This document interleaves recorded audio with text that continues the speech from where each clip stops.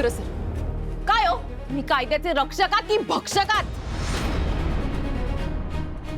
नाही, मला सांगा, तुम्ही आमची कंप्लेंट नोंदवणार आहात की नाही? आणि जर नकार असेल ना तुमचा तर तेही सांगा, म्हणजे कसं आहे, माझ्याकडे ना अजून भरपूर पर्याय आहेत. लक्षात ठेवा.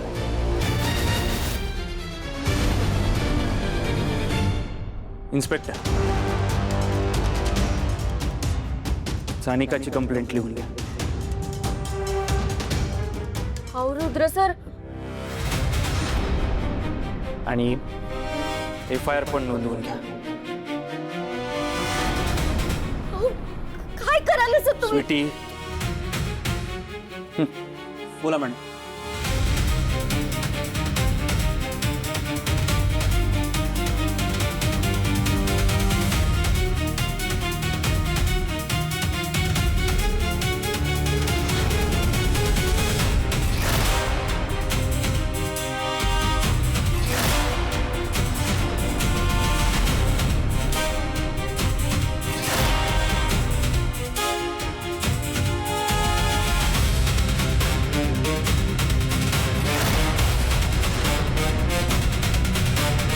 स्वीटी, आता बघूयाच तुझ्या भावाला कोण आणि कसं वाचवते ते. मी वाचवणार. माझ्या भावाला जेलमधून मी बाहेर काढणार. ध्यानात ठेव श्रावणी. बघूयाच कसं वाचवतेस तुझ्या भावाला ते. आमचं वाईट करायला निघाली होतीस ना, पण काय ना, आपल्या कर्माची फळं ह्याच जन्मी भोगायला लागतात अगं. त्यामुळे जे पेरलंय तेच उगवणार, लक्षात ठेव.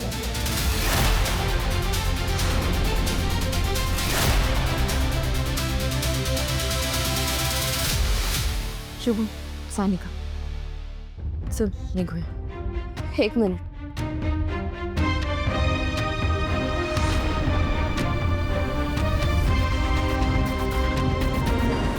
इंद्राणी, इथून पुढे तुझा आणि माझा काही संबंध नाही. मला परत तुझं तोंड दाखवू नकोस. सानिका, ए, मला तुझा एकही शब्द ऐकायचा नाही.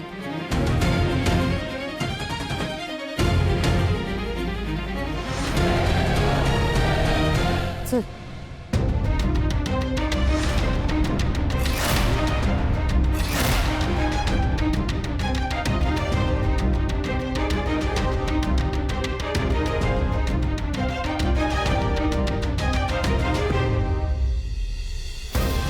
सानिका,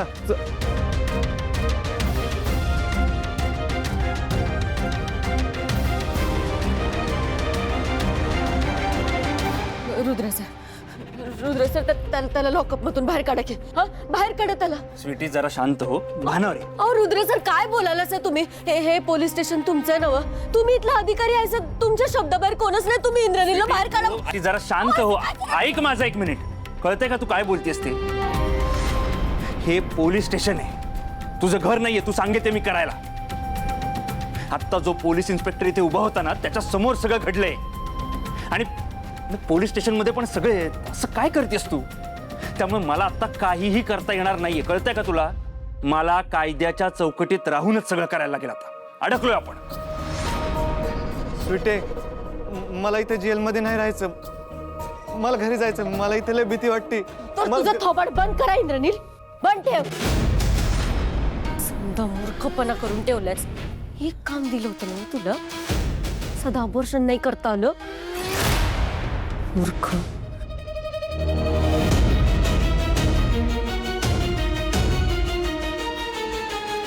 हे बघ, तू काळजी नको करू. हा, तुझी बहीण आहे ना तुझ्या संग. मी काहीही करेन, पण तुला या जेलमधून सोडवणार नाही. हा,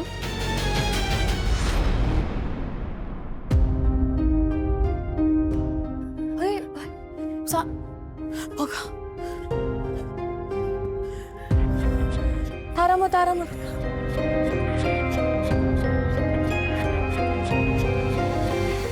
पाणी पाणी घ्या.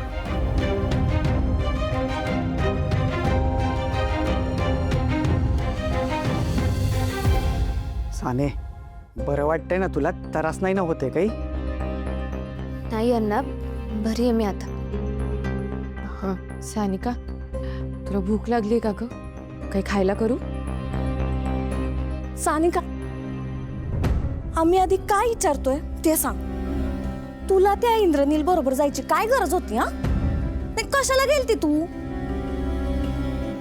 अगं काय झालं बोल की. गप्प का तू? हा, असा मूर्खपणा करायला कोणी सांगितलं होतं तुला? कारभारने शांत होशील का? अगं आधीच घाबरली ती. ओ कशी शांत तू? तिला कोणी सांगितलं होतं त्याच्या बरोबर घराबाहेर पडायला? आधीच काही कमी तमाशा झालाय का?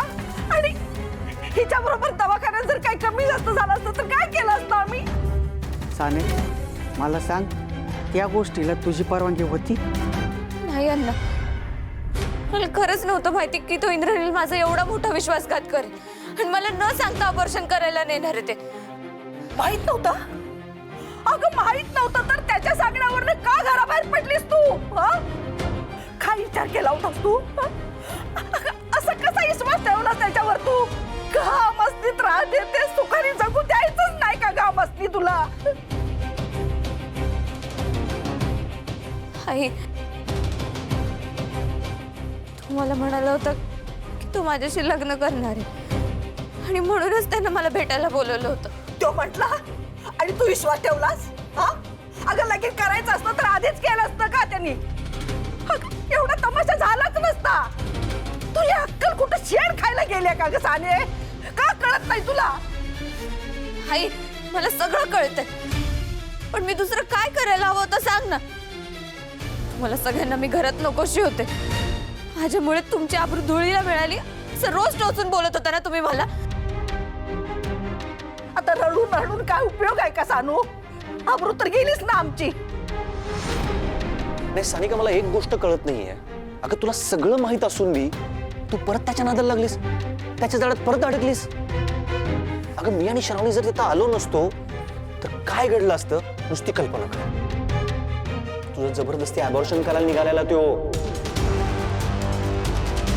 ते जर झालं असतं ना तर त्याच्या विरोधात आपल्याकडे कुठलाच पुरावा उरला नसता. अगं तुझी एक चूक केवढी महागात पडली असते तुला कळतंय का? शुभू, अरे तू तरी बोलू नकोस तिला.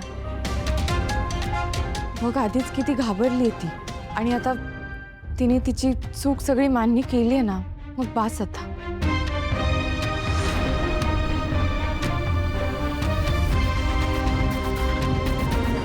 सानिका,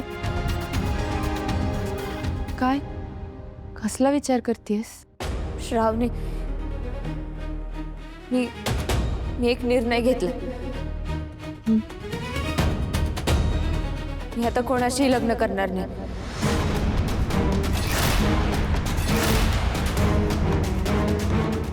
काय? हा, त्या इंद्रनीलशी नाही तर कोणाशी. अगं काय बोलतेस तू? हा, डोसकं ठिकाणावर आहे ना व तुझ्या? तुझ्या पोटात बाळ आहे त्याचं काय? आई, मी माझ्या बाळाला जन्म देणार आणि त्याला मी स्वतः एकटीने वाढवणार.